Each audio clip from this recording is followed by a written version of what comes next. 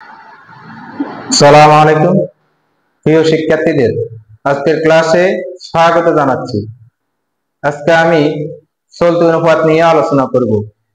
চলতি অনুপাত সমান চলতি সম্পদ ভাগ চলতি দায়, অর্থাৎ চলতি সম্পদকে চলতি দায় দিয়ে ভাগ করে চলতি অনুপাত নির্ণয় করতে হবে।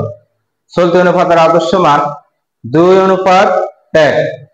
আজকের প্রশ্নে চলতি অনুপাতের যে সূত্রটি রয়েছে, অর্থাৎ চলতি অনুপাত সমান চলতি সম্পদ ভাগ চলতি দায়। প্রশ্নে চলতি সম্পদের মধ্যে যে সকল আইটেম রয়েছে, প্রথমত সমাপনী মজুত পণ্য, দ্বিতীয়ত প্রাপ্য হিসাব, তৃতীয়ত প্রাপ্য বিল, চতুর্থত রয়েছে নগদ তহবিল।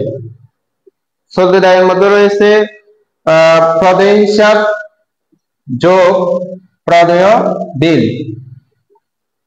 সমাপনী মজুত পণ্য 20,000 টাকা, প্রাপ্য হিসাব 8,000 টাকা, প্রাপ্য বিল 7,000 টাকা, নগদ তহবিলের পরিমাণ 5,000 টাকা। মোট চলতি সম্পদের পরিমাণ হলো 40,000 টাকা। চলতি দায়ের মধ্যে রয়েছে প্রদেয় হিসাব 15,000 টাকা, প্রদেয় বিল 5,000 টাকা। মোট চলতি দায়ের পরিমাণ 20,000 টাকা।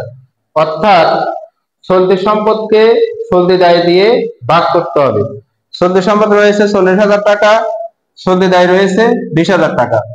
ভাগ করার পর মান হলো 2:1, অর্থাৎ চলতি অনুপাতের আদর্শ মান 2:1। পরিশেষে প্রিয় শিক্ষার্থীদের সাফল্য কল্যাণ কামনা করে আজকে এখানে শেষ করছি। ধন্যবাদ সবাইকে। আল্লাহ হাফেজ।